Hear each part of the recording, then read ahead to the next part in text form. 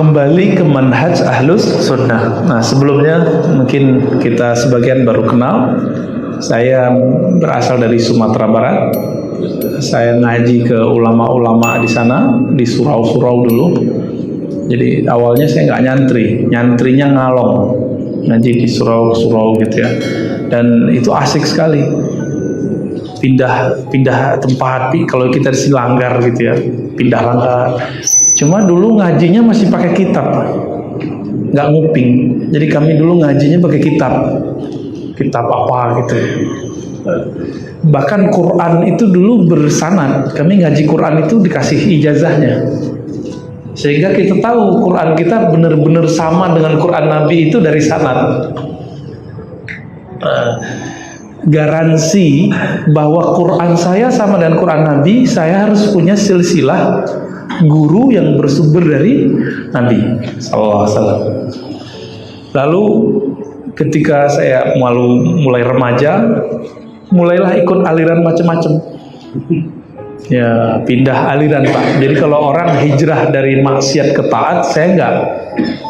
Hijrah dari suatu aliran ke aliran lain. Dan itu betul-betul antara asik tapi juga menyakitkan ya. Pengen ikut Ahlus Sunnah kok malah sesat gitu. Pengen ikut Nabi kok malah serem. Pengen ikut Nabi Sallallahu Alaihi Wasallam tapi kok malah membenci umat Nabi. Pengen ikut Quran tapi malah meninggalkan cara Nabi memahami Al-Quran gitu. Akhirnya ayah saya masih hidup, ibu saya baru wafat. Bapak saya menyaksikan sendiri bagaimana anaknya itu menjadi orang yang ekstrim. Jadi saya pernah ekstrim dulu.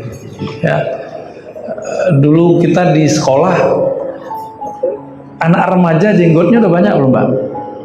Belum banyak, paling 1-2. Disuruh potong sama guru, kita demo. Jadi zaman-zaman musim-musim demo itu dulu nular.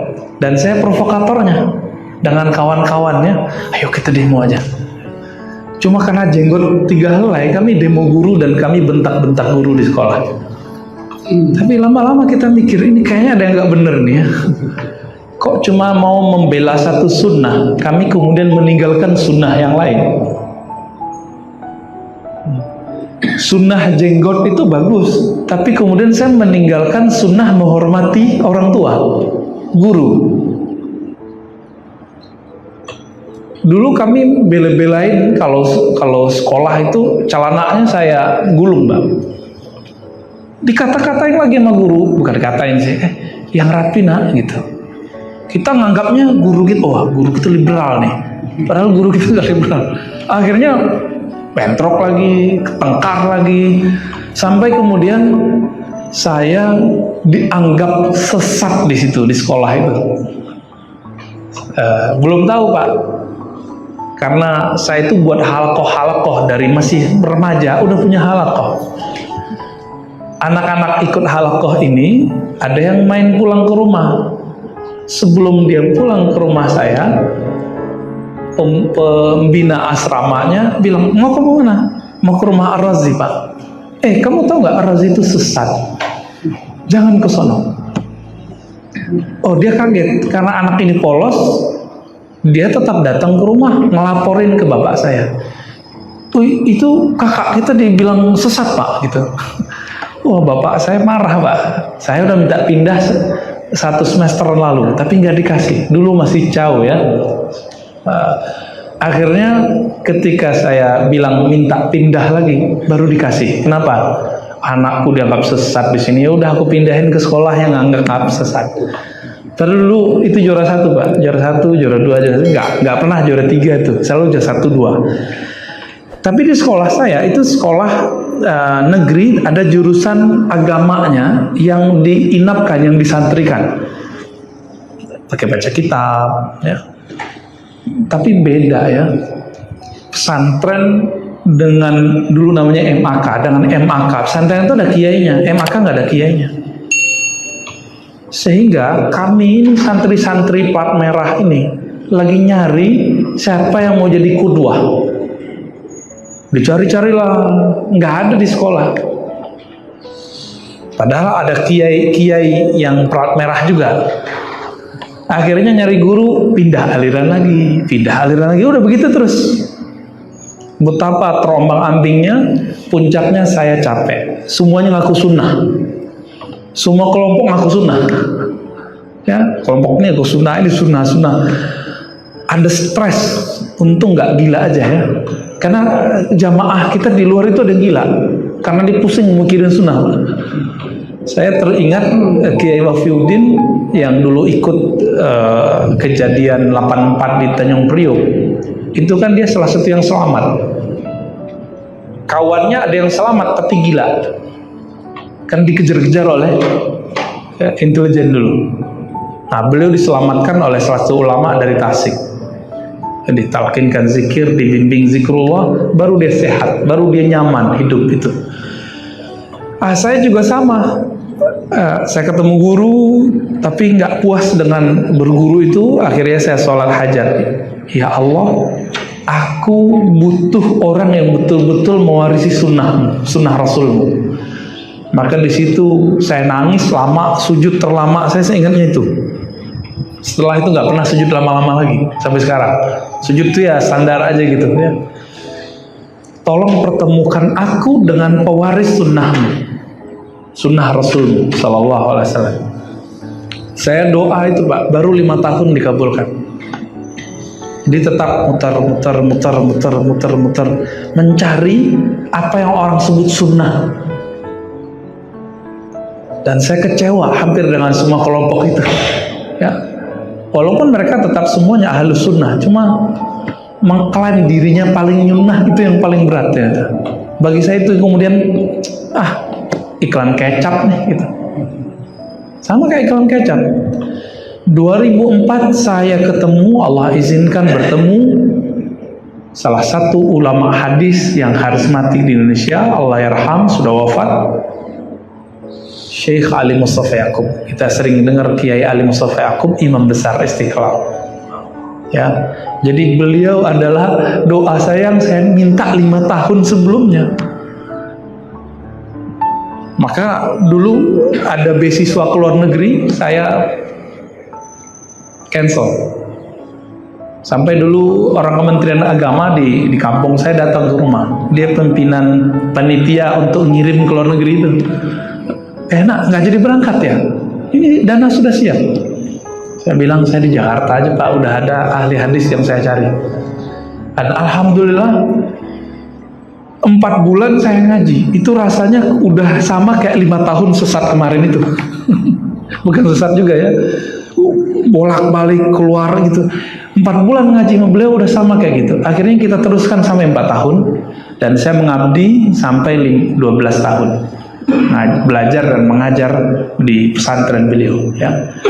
Baru tahun ini saya hijrah ke Sawangan sana. Tadinya di Ciputat dekat UIN. Ya, alhamdulillahirabbil alamin.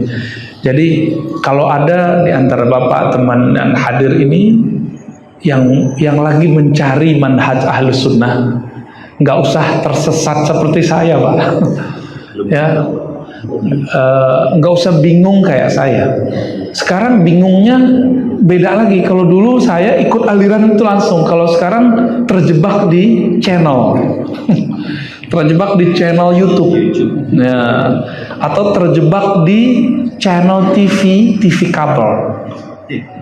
Terjebaknya di situ sekarang. Jadi orang sekarang tersesatnya, bukan tersesat lah kita sebutnya, piknik pemikirannya itu langsung di smartphone-nya, langsung di smart TV-nya.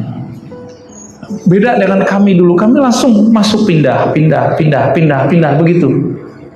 Sampai kami pernah ikut kelompok yang Bapak hari dengar mirip-mirip Inkarus Sunnah. Jadi kajiannya by index, Quran index.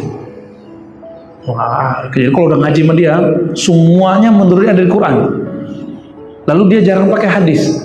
Sesekali dia pakai hadis itu nggak pas juga. Nah, tapi dia nggak berani tentang hadis. Nah, beberapa orang-orang angkatan sebelum dia itu berani ingkar hadis, ingkar sunnah namanya.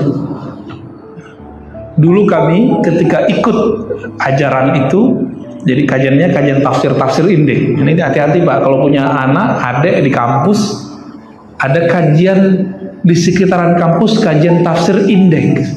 Saya curiga masih kelompok itu, karena waktu saya ke Palembang saya ketemu ada mahasiswa yang begitu. Kayaknya semuanya dia udah tahu. Pas kita cek dia cuma hafal nomor surat sama nomor ayat. Saya tanya ayatnya dia nggak hafal. Jadi yang dihafalkan nomor surat, nomor ayat, terjemah. Kalau Ustadz Adi kan beda, dia hafal nomor, ayat, plus mengerti ayatnya, mengerti nahu sorofnya, mengerti cara memahaminya. Kalau ini enggak. Nah itu masih ada. Jadi kajian-kajian tafsir. Level gedenya itu ada kayak MTA. Itu udah jadi aliran tersendiri. Majelis Tafsir Al-Quran. Itu mirip-mirip Pak. Mirip-mirip ini. Mereka menghalalkan anjing. Kenapa? Di Quran nggak ada anjing diharamkan.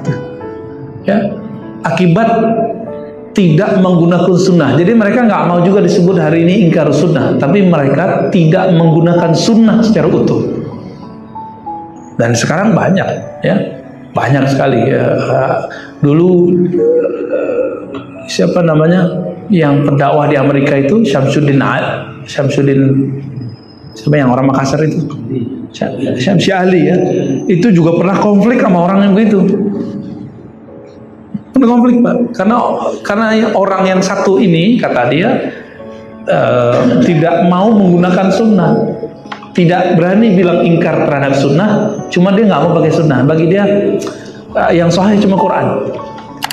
Baik. Jadi untuk kembali ke sunnah tidak perlu Bapak itu, saudara itu tersesat dulu, nggak perlu. Ya, Imam Al-Ghazali mewariskan satu kitab judulnya Al-Munqiz Minad Dhalal. Beliau wafat 505 Hijriah. 505 Hijriah Pak. Sekarang 1441 Hijriah. Ya, berapa tuh? Beliau jadi kayak gini. Saya pernah tersesat, kamu jangan tersesat. Dia tulis satu judul Al-Munqiz Minad Dhalal, pembebas dari kesesatan-kesesatan. Waktu dulu saya mahasiswa, karena udah ketemu guru yang tepat, kawan saya bilang gini, kamu kok jadi Ghazali dulu sebelum sesat dulu dong, baru jadi Ghazali gitu ya. Ya saya bilang Ghazali nurunin kitab Al-Munqiz Minad Dhalal, ente belum baca, supaya ente nggak perlu sesat seperti Imam Ghazali, langsung jadi Imam Ghazali endingnya aja gitu. Imam Ghazali di akhir hayatnya, Bukhari di dadanya, lalu dia wafat. Baca Sahih Bukhari, Sahih Muslim, Sunan Abu Daud, baca hadis Pak. Maka saya setiap pekan itu ada aja yang datang ke rumah setiap Senin itu ngaji Sahih Bukhari. Dari Ciledug ke Sawangan kan jauh. Pakai motor Pak, bukan pakai mobil. Saya pikir-pikir ini orang haus sekali mau cari sunnah. Tapi ternyata dia malu kepada Imam Bukhari. Imam Bukhari itu dulu 4.000 kilo dari Uzbek ke Mekah untuk nyari satu hadis innamal a'malu bin niat. Bagi dia Ciledug sama Sawangan mah gak deket. Dihantam terus Pak, apalagi Karawaci Pak ya. Nah, kalau saya Karawaci mungkin sesat 1000 kali Pak, karena keluar tol masuk tol lagi, itu membingungkan ya. Untung pakai taksi orangnya.